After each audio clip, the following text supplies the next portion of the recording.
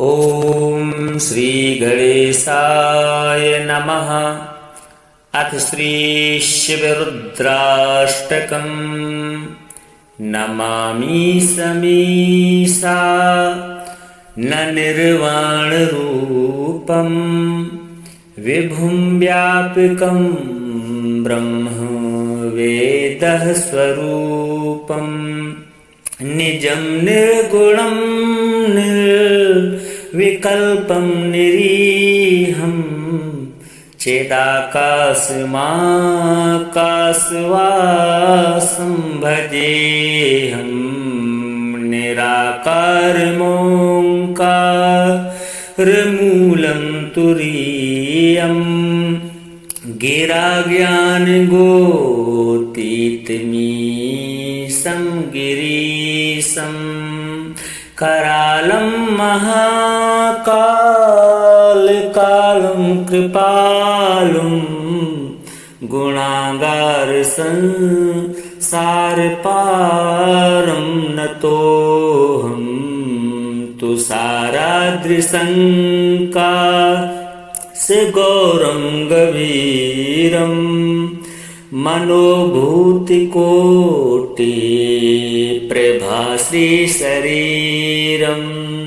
स्फुरन्मौलिकल्लोलिनी चारुगङ्गा लसद्भालवालेन्दुकण्ठे भुजङ्गा चलत्कुण्डलं सुनेत्रं विशालं प्रसन्नाननं नीलकण्ठं दयालं मृगाधीशचर्मां वरं मुण्डमालं प्रियं शङ्करं सर्वनाथं भजामि प्रचण्डं प्रकृष्टं प्रगल्भं परेशम् अखण्डम् अजं भानुकोटिप्रकाशं त्रयः शूलनिर्मूलनं शूलपाणिं भजेऽहं भवानीपतिं भावगम्यं कलातीतकल्याणकल्पान्तकारी सदा सच्चिदानन्द दाता पुरारी चिदानन्द सन्दोह मोहापहारी प्रसीद प्रसीद प्रभो मन्मथारी न यावद् उमानाथ पादारविन्दं भजन्ति लोके परे वा नराणां न तावद् सुखं शान्तिसन्तापनाशं प्रसीद प्रभो सर्वभूताधिवासं न जानामि योगं जपं नैव पूजां न तोऽहं सदा सर्वदा सम्भुतोऽभ्यं जराजन्म दुःखौ घृतातप्यमानं प्रभो पाहि आपन्नमामि शम्भो। रुद्राष्टकमिदं प्रोक्तं विप्रेण हरतोषये ये पठन्ति नरा भक्त्या तेषां शम्भो प्रसीदति। नमामि समीसा न निर्वाणरूपं विभुं व्यापकं ब्रह्म वेदः स्वरूपं निजं निर्गुणं विकल्पं निरीहं चिदाकाशमाकाशवासं भजेऽहं निराकारमोङ्कारमूलं तुरीयम् गिराज्ञानगोतीतमीशं गिरीशं करालं महाकालकालं कृपालुं गुणागारसंसारपारं नतोऽहं तुषाराद्रिसङ्काशगौरं गभीरं मनोभूतिकोटिप्रभाश्रीशरीरं स्फुरन्मौलिकल्लोलिनी चारुगङ्गा लसद्भालवालेन्दुकण्ठे भुजङ्गा चलत्कुण्डलं सुनेत्रं विशालं प्रसन्नाननं नीलकण्ठं दयालं मृगाधीशचर्मां वरं मुण्डमालं प्रियं शङ्करं सर्वनाथं भजामि प्रचण्डं प्रकृष्टं प्रगल्भं परेशम् अखण्डम् अजं भानुकोटिप्रकाशं त्रयः शूलनिर्मूलनं शूलपाणिं भजेऽहं भवानीपतिं भावगम्यं कलातीतकल्याणकल्पान्तकारी सदा सच्चिदानन्द दाता पुरारी चिदानन्द सन्दोह मोहापहारी प्रसीद प्रसीद प्रभो मन्मथारी न यावद् उमानाथ पादारविन्दं भजन्ति लोके परे वा नराणां न तावद् सुखं शान्तिसन्तापनाशं प्रसीद प्रभो सर्वभूताधिवासं न जानामि योगं जपं नैव पूजां न तोऽहं सदा सर्वदा सम्भुतोऽभ्यं जराजन्म दुःखौ घृतातप्यमानं प्रभो पाहि आपन्नमामि शम्भो रुद्राष्टकमिदं प्रोक्तं विप्रेण हरतोषये ये पठन्ति नरा भक्त्या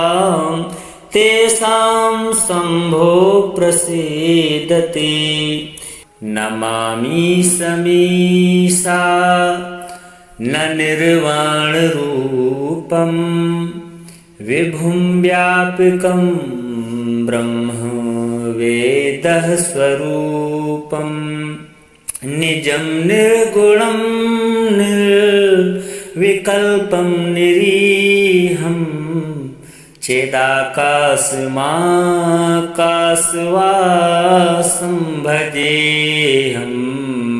निराकारमोङ्कारमूलं तुरीयम् गिराज्ञानगोतीतमीशं गिरीशं करालं महाकालकालं कृपालुं गुणागार संसारपारं नतोऽहं तुषाराद्रिसङ्काशगौरं गभीरं मनोभूतिकोटिप्रभाश्रीशरीरं स्फुरन्मौलिकल्लोलिनी चारुगङ्गा लसद्भालवालेन्दुकण्ठे भुजङ्गा चलत्कुण्डलं सुनेत्रं विशालं प्रसन्नाननं नीलकण्ठं दयालं मृगाधीशचर्मां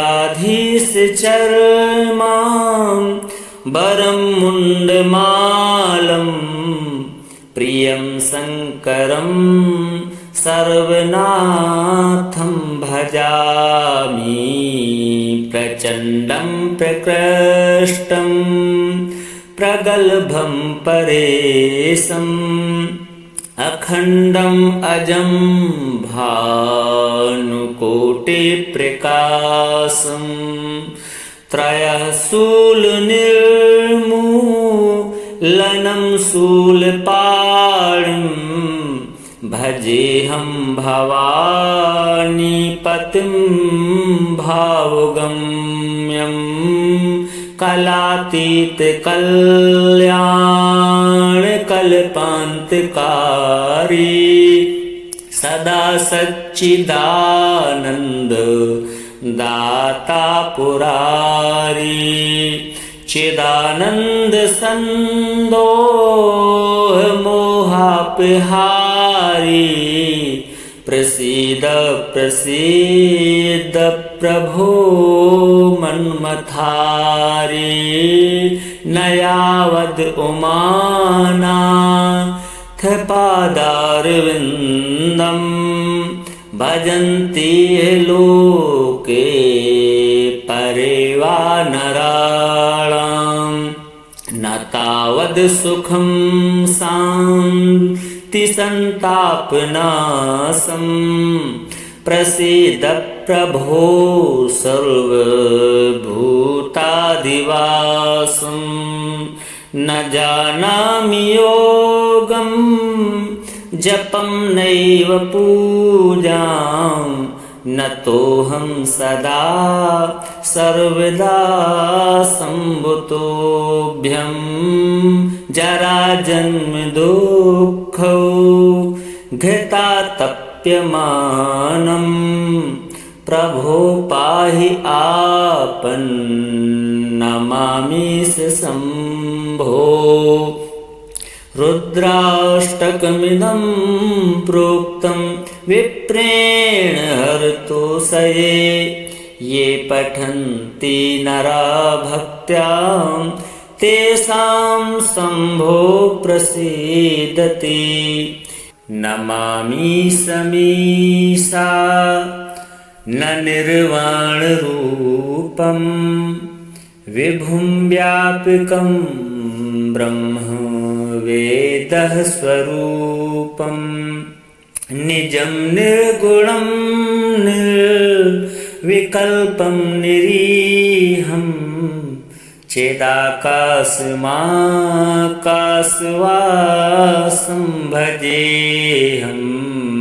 निराकारमोङ्कारमूलं तुरीयम् गिराज्ञानगोतीतमीशं गिरीशं करालं महाकालकालं कृपालुं गुणागार संसारपारं नतोऽहं तुषाराद्रिसङ्काशगौरं गभीरं मनोभूतिकोटि प्रभाश्रीशरीरं स्फुरन्मौलिकल्लोलिनी चारुगङ्गा लसद्भालवालेन्दुकण्ठे भुजङ्गा चलत्कुण्डलं सुनेत्रं विशालं प्रसन्नाननं नीलकण्ठं दयालं मृगाधीशचर्मां वरं मुण्डमालं प्रियं शङ्करं सर्वनाथं भजामि प्रचण्डं प्रकृष्टं प्रगल्भं परेशम् अखण्डम् अजं भानुकोटिप्रकाशं त्रयः शूलनिर्मूलनं शूलपाणिं भजेऽहं भवानीपतिं भावगम्यं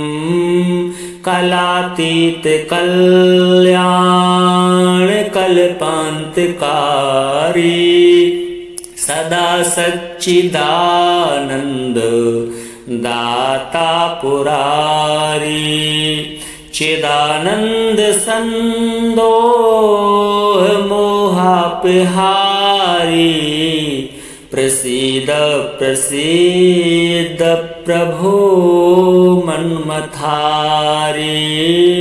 न यावद् उमानाथ पादारविन्दं भजन्ति लोके परे वा नराणां न तावद् सुखं शान्तिसन्तापनाशं प्रसीद प्रभो सर्वभूताधिवासं न जानामि योगं जपं नैव पूजां न तोऽहं सदा सर्वदा सम्भुतोऽभ्यं जराजन्म दुःखौ घृतातप्यमानं प्रभो पाहि आपन्नमामि शम्भो रुद्राष्टकमिदं प्रोक्तं विप्रेण हरतोषये ये पठन्ति नरा भक्त्या तेषां शम्भो प्रसीदति नमामि समीशा न निर्वाणरूपं विभुं व्यापकं ब्रह्म वेदः स्वरूपं निजं निर्गुणं निर्विकल्पं निरीहं चेदाकाशमाकाशवासं भजेऽहं निराकारमोङ्कारमूलं तुरीयम् गिराज्ञानगोतीतमीशं गिरीशं करालं महाकालकालं कृपालुं गुणागारसंसारपारं नतोऽहं तुषाराद्रिशङ्का गौरं गभीरं मनोभूतिकोटि प्रभाश्रीशरीरं स्फुरन्मौलिकल्लोलिनी चारुगङ्गा लसद्भालवालेन्दुकण्ठे भुजङ्गा चलत्कुण्डलं सुनेत्रं विशालं प्रसन्नाननं नीलकण्ठं दयालं मृगाधीशचर्मां वरं मुण्डमालं प्रियं शङ्करं सर्वनाथं भजामि प्रचण्डं प्रकृष्टं प्रगल्भं परेशम् अखण्डम् अजं भानुकोटिप्रकाशं त्रयः शूलनिर्मूलनं शूलपाणिं भजेऽहं भवानीपतिं भावगम्यं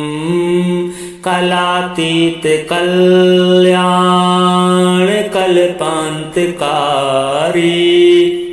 सदा सच्चिदानन्द दाता पुरारी चिदानन्द सन्दोह मोहापहारी प्रसीद प्रसीद प्रभो मन्मथारी न यावद् उमानाथ पादारविन्दं भजन्ति लोके परे वा नराणां न तावद् सुखं शान्तिसन्तापनाशं प्रसीद प्रभो सर्वभूताधिवासं न जानामि योगं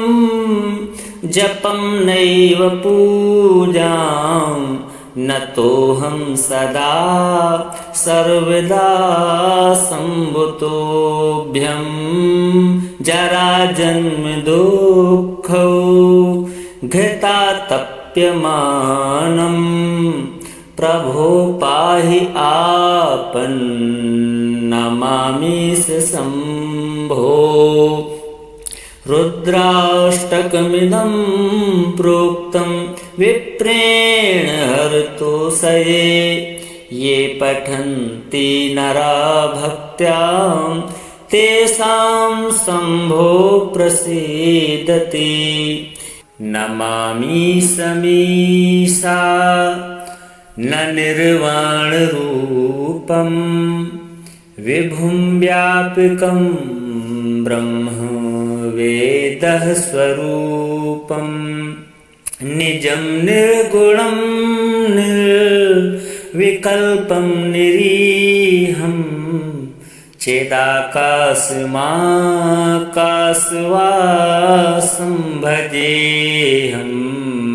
निराकारमोङ्कारमूलं तुरीयम्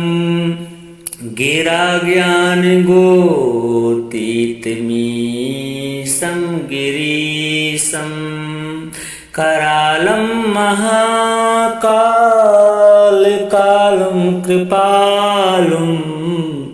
गुणागारसंसारपारं नतोऽहं तुषाराद्रिशङ्का गौरं गभीरं मनोभूतिकोटि प्रभाश्रीशरीरं स्फुरन्मौलिकल्लोलिनी चारुगङ्गा लसद्भालवालेन्दुकण्ठे भुजङ्गा चलत्कुण्डलं सुनेत्रं विशालं प्रसन्नाननं नीलकण्ठं दयालं मृगाधीशचर्मां वरं मुण्डमालं प्रियं शङ्करं सर्वनाथं भजामि प्रचण्डं प्रकृष्टं प्रगल्भं परेशम् अखण्डम् अजं भानुकोटिप्रकाशम् त्रयः शूलनिर्मूलनं शूलपाणिं भजेऽहं भवानीपतिं भावगम्यं कलातीतकल्याणकल्पान्तकारी सदा सच्चिदानन्द दाता पुरारी चिदानन्द सन्दोह मोहापहारी प्रसीद प्रसीद प्रभो मन्मथारी न यावद् उमानाथ पादारविन्दम् भजन्ति लोके परे वा नराणां न तावद् सुखं शान्ति सन्तापनाशं प्रसीद प्रभो सर्वभूतादिवासं न जानामि योगं जपं नैव पूजां न तोऽहं सदा सर्वदा सम्भुतोऽभ्यं जराजन्म दुःखौ घृतातप्यमानं प्रभो पाहि आपन्नमामि शम्भो रुद्राष्टकमिदं प्रोक्तं विप्रेण हरतोषये ये पठन्ति नरा भक्त्या तेषां शम्भो प्रसीदति नमामि समीशा न निर्वाणरूपं विभुं व्यापकं ब्रह्म वेदः स्वरूपं निजं निर्गुणं निर्विकल्पं निरीहं चिदाकाशमाकाशवासं भजेऽहं निराकारमोङ्कारमूलं तुरीयम् गिरा ज्ञानगोतीतमीशं गिरीशं करालं महाकालकालं कृपालुं गुणागारसंसारपारं नतोऽहं तुषाराद्रिशङ्का गौरं गभीरं मनोभूतिकोटि प्रभाश्रीशरीरं स्फुरन्मौलिकल्लोलिनी चारुगङ्गा लसद्भालवालेन्दुकण्ठे भुजङ्गा चलत् कुण्डलं सुनेत्रं विशालं प्रसन्नाननं नीलकण्ठं दयालं मृगाधीशचर्मां वरं मुण्डमालं प्रियं शङ्करं सर्वनाथं भजामि प्रचण्डं प्रकृष्टं प्रगल्भं परेशम् अखण्डम् अजं भानुकोटिप्रकाशम् त्रयः शूलनिर्मूलनं शूलपाणिं भजेऽहं भवानीपतिं भावगम्यं कलातीत कल्याण कल्पांतकारी सदा सच्चिदानंद दाता पुरारी चिदानंद संदोह मोहापहारी प्रसीद प्रसीद प्रभो मन्मथारी नयावद उमानाथ पादारविन्दं भजन्ति लोके परेवा नराणां न तावद् सुखं शान्ति संतापनाशं प्रसीद प्रभो सर्वभूतादिवासं न जानामि योगं जपं नैव पूजां न तोऽहं सदा सर्वदा सम्भुतोऽभ्यं जराजन्म दुःखौ घृतातप्यमानं प्रभो पाहि आपन्नमामि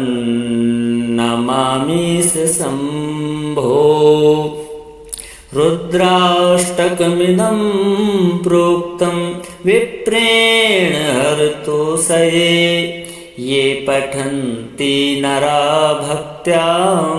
तेषां शम्भो प्रसीदति नमामि समीशा न निर्वाणरूपं विभुं व्यापकं ब्रह्म वेदः स्वरूपं निजं निर्गुणं निर्विकल्पं निरीहं चेदाकाशमाकाशवासं भजेऽहं निराकारमोङ्कारमूलं तुरीयम् गिराज्ञानगोतीतमीशं गिरीशं करालं महाकालकालं कृपालुं गुणागारसंसारपारं नतोऽहं तुषाराद्रिशङ्का गौरं गभीरं मनोभूतिकोटि प्रभासी शरीरं स्फुरन्मौलिकल्लोलिनी चारुगङ्गा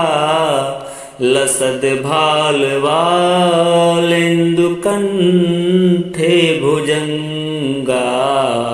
चलत् कुण्डलं सुनेत्रं विशालं प्रसन्नाननं नीलकण्ठं दयालं मृगाधीशचर्मां वरं मुण्डमालं प्रियं शङ्करं सर्वनाथं भजामि प्रचण्डं प्रकृष्टं प्रगल्भं परेशम् अखण्डम् अजं भानुकोटिप्रकाशं त्रयः शूलनिर्मूलनं शूलपाणिं भजेऽहं भवानीपतिं भावगम्यं कलातीत कल्याण कल्पान्तकारी सदा सच्चिदानंद दाता पुरारी चिदानंद संदोह मोहापहारी प्रसीद प्रसीद प्रभो मन्मथारी न यावद् उमानाथ पादारविन्दम् भजन्ति लोके परे वा नराणाम् न तावद् सुखं शान्ति सन्तापनाशम् प्रसीद प्रभो सर्वभूताधिवासम् न जानामि योगं जपं नैव पूजां न तोऽहं सदा सर्वदा सम्भुतोऽभ्यं जराजन्म दुःखौ घृतातप्यमानं प्रभो पाहि आपन्नमामि शम्भो रुद्राष्टकमिदं प्रोक्तं विप्रेण हरतोषये ये पठन्ति नरा भक्त्या तेषां शम्भो प्रसीदति नमामि समीशा न निर्वाणरूपं विभुं व्यापकं ब्रह्म वेदः स्वरूपं निजं निर्गुणं निर्विकल्पं निरीहं चेदाकाशमाकाशवासं भजेऽहं निराकारमोङ्कारमूलं तुरीयम् गिराज्ञानगोतीतमीशं गिरीशं करालं महाकालकालं कृपालुं गुणागारसंसारपारं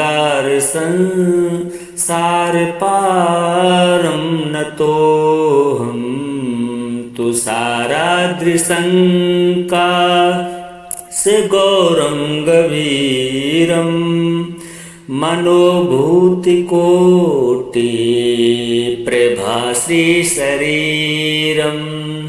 स्फुरन्मौलिकल्लोलिनी चारुगङ्गा लसद्भालवालेन्दुकण्ठे भुजङ्गा चलत्कुण्डलं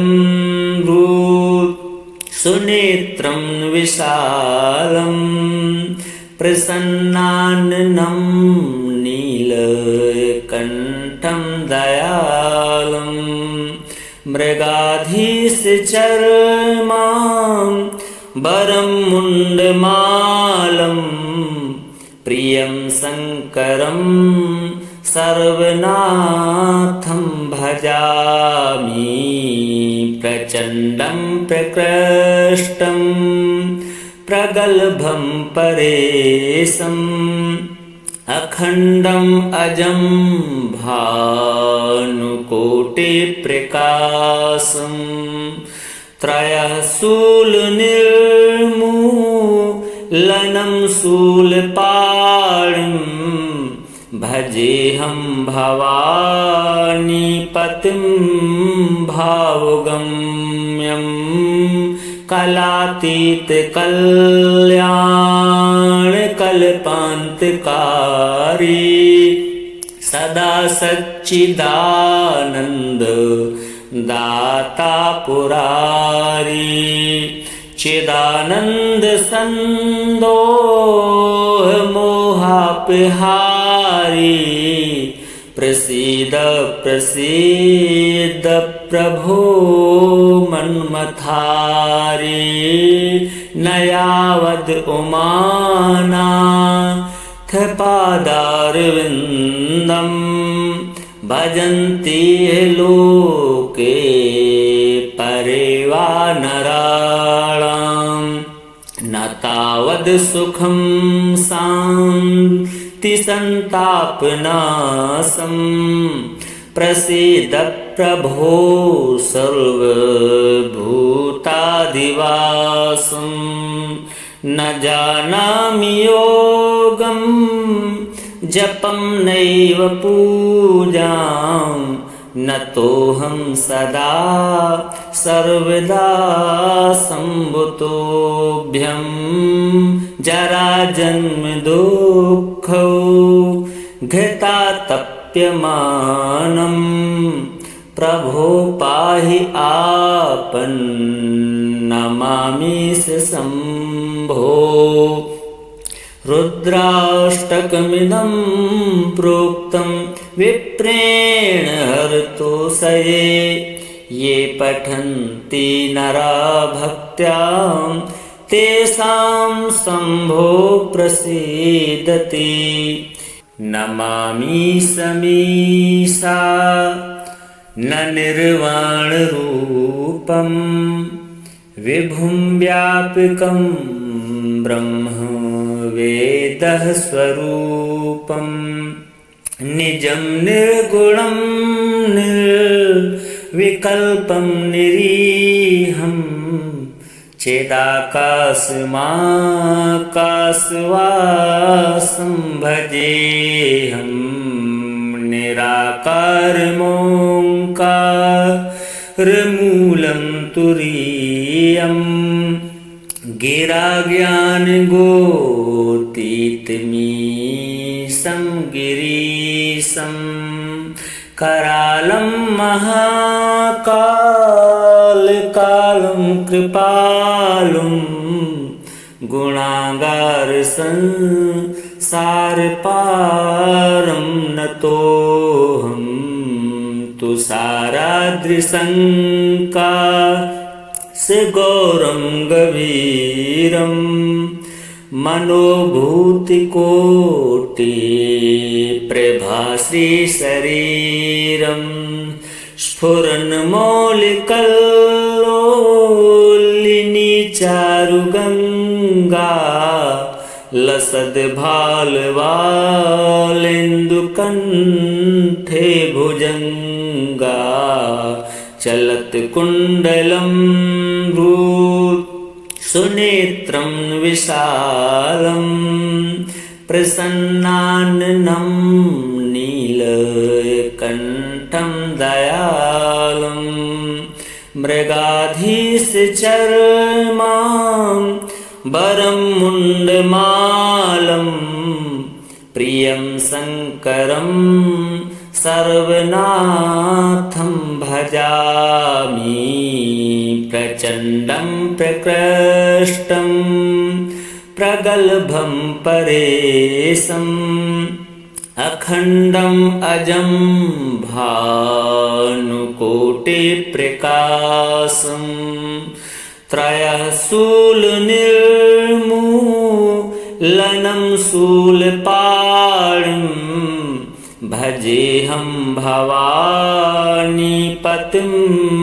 भावगम्यं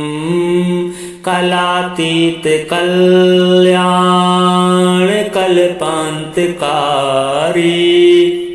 सदा सच्चिदानन्द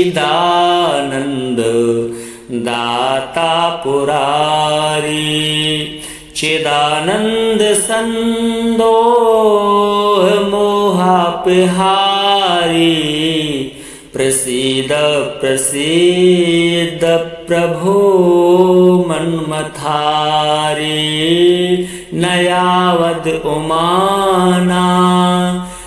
पादारविन्दं भजन्ति लोके परे वा नराणां न तावद् सुखं शान्तिसन्तापनाशं प्रसीद प्रभो सर्वभूतादिवासं